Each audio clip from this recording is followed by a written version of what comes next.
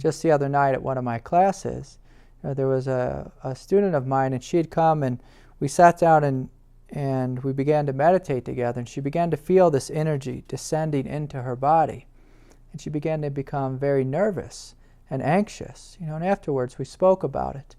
But I get so many questions from so many different people who have some sort of spiritual awakening or a spiritual experience. And so I thought I'd make a video with 10 instructions on what to do if you've had a spiritual awakening or a spiritual experience, so that this awakening and this experience can integrate more smoothly into your being. And so the first thing we should probably clarify here is, well, what is the difference between a spiritual awakening and a spiritual experience? So a spiritual experience is something common for most people. If you're just walking down the street and you feel a feeling of lightness in your heart, maybe you're at yoga class and you feel some warm heat or some prana move through yourself. Maybe you're sitting at the end of the day and you're silently praying to God and you feel this descent of grace. Well, that's a spiritual experience, and it's quite common for most people to have some of those throughout their life. Now, if you've never had a spiritual experience, it can be quite confusing for you.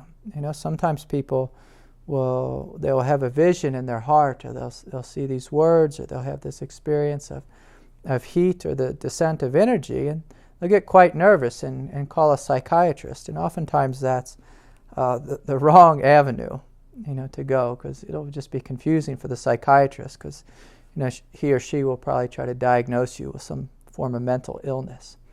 And so the difference really between a spiritual experience, which is, oftentimes it's just a movement of energy, a movement of grace within your being, and a true spiritual awakening, is that a true spiritual awakening is much more profound.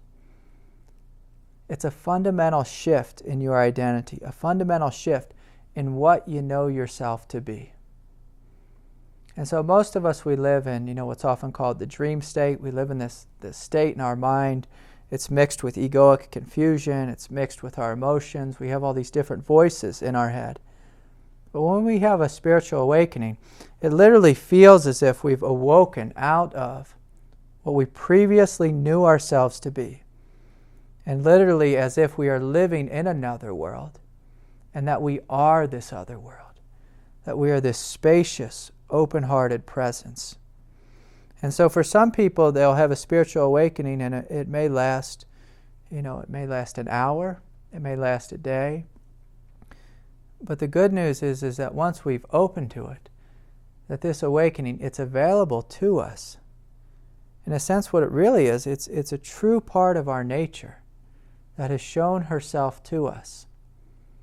And if you can meet it with a sense of humility and a sense of surrender, it's something that you can surrender into, something you can open into. It can be a radically different way of being. And so the point of this video is for me to offer some instructions on allowing this deeper spiritual awakening to open you into something greater, into a new world, into a new way of living. Because so many of my students, they've had an experience, whether it's at one of my satsangs, or maybe they were on a retreat, with a different teacher, or perhaps they just had a spiritual awakening or experience at the end of a divorce. And what I'd like to do is to invite individuals to deepen into this, to deepen into their experience, to deepen into this new perspective of awakening. And so I wrote down a number of symptoms that people email me with, and they say, Craig, I have a lot of anxiety moving through my body. I have a lot of energy moving through my body. It feels like my mind is as big as the sky. It feels as if my heart is open and overwhelmed with love. It feels as if the ground is falling out from under me. So all these types of things, if you slow down and really look at your experience and just notice, what is it that I'm experiencing right now? What is it? What's here that's true? What's here that's more real than the movement of my mind, than the movement of my thoughts, than the continual movement and change of my emotional world.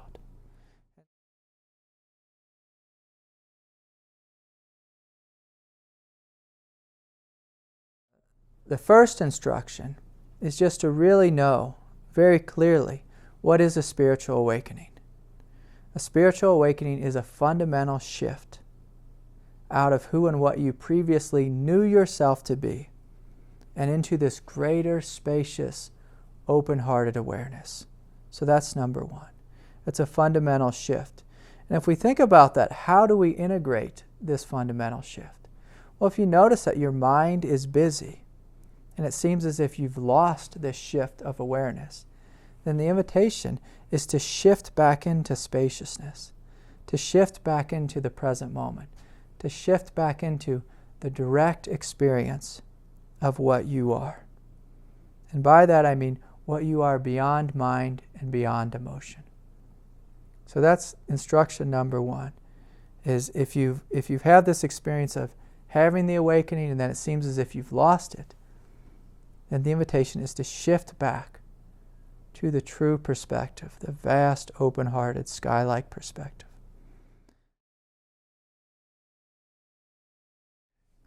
So the second instruction is it's just good to know that your spiritual awakening, it will start off very clear and then oftentimes proceed to get very messy. And so you will open into this vast, spacious world and you will think, oh wow, this is incredible. I am now the enlightened Buddha of the new world, or whatever it is. And we can get, a little bit silly if we're not careful, if we don't have a sense of humility. Because later on in the day, or later on in the week, or later on in the month, what we will find is all the repressed energy within our body, old repressed emotions, old repressed thoughts, it will come forward into this vast spaciousness. And so point number two, instruction number two, is just to know this is normal. Most people begin to beat themselves up at this point. But you don't have to do that. You can just notice, okay, this is normal. It's normal for repressed energy to come forward into the light. And so instruction number three is that as this energy comes forward, the invitation is to meet it with love. Meet it with sanity, to rest in this clear, vast perspective and simply watch and allow all these energies to move forward, whether it's anxiety, whether it's depression, whether it's old memories or heartache and pain and sadness. The invitation is to allow it to come forward.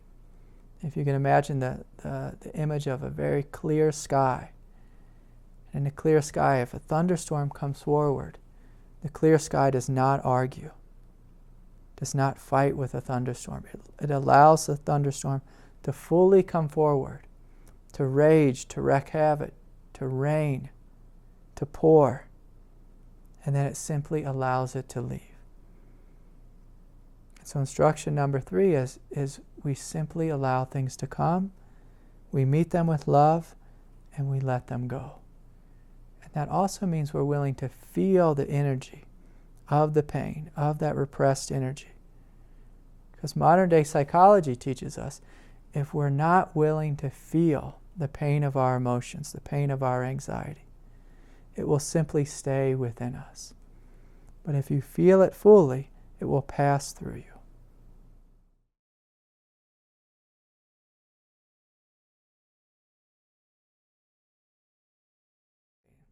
So number 4 is to understand that this is a process. When we first have a spiritual awakening or we have a great experience, it will happen in this timeless state. We'll feel as if we have realized everything there is to realize. But for this realization to integrate in our humanity, it takes time. It is a process. And so it's good to know that. The process may be confusing. It may bring up every aspect of yourself which is confused. And so it's just good to know that this will take time. The integration will happen throughout years and sometimes even decades. And so the fifth instruction is to simply rest in non-dual awareness, to rest in this basic clarity which arises through a true spiritual awakening.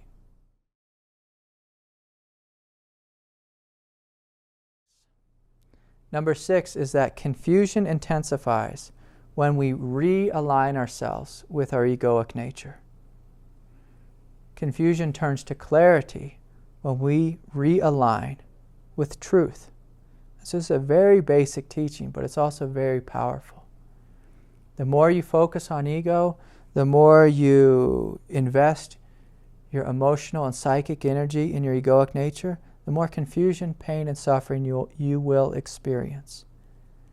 The more you focus on truth, on basic sanity, the more you will be happy and begin to rest more and more in this vast, spacious awareness. Number 7 is very similar to number 6. It's nirvana and samsara are one. Now this is an old Zen teaching. When we begin the spiritual path, we look out at life and we say, the world is an illusion, and then we look at the spiritual life and we think the spiritual life is where all the truth is. But in truth, there is no division between the spiritual life and the worldly life. And this is something we deeply realize once we begin to rest more and more in this vast, spacious awareness. We see that there truly is no division between our pain, our experiences of hell, our experience of tripping and falling on the spiritual path, and the experience of being on retreat. And so it takes a very deeply mature individual to get to this space. But the truth is that there is no division between the spiritual life and the worldly life.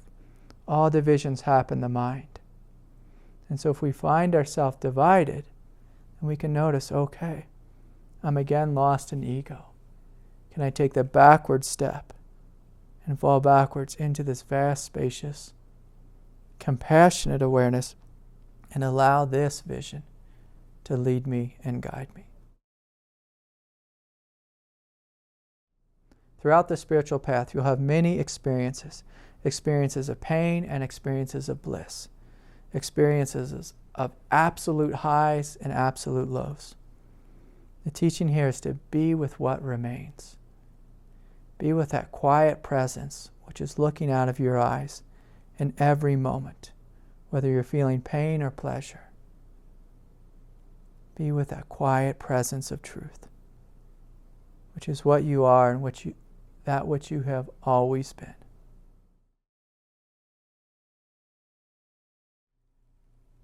Number 9 is to remember a deep sense of humility. You will be confused on this path.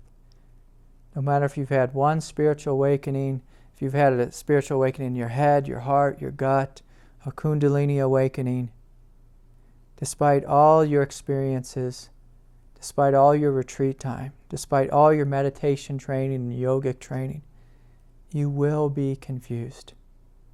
So it's good to know that and to remain humble. It's good to remind yourself to continually have a beginner's mind. This will save you a lot of heartache and struggle if you don't fight with your experience, and to know that we are all on the spiritual path, whether we are enlightened Buddha or taking our first step. And lastly, number 10 is, it's important to have a friend, to have a guide, to have a teacher.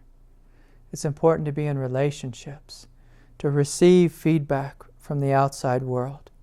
It's a confusing path. My God, it's such a confusing world. And so it's important to have help, to ask for help. I meet with people all day long who are reaching out for help.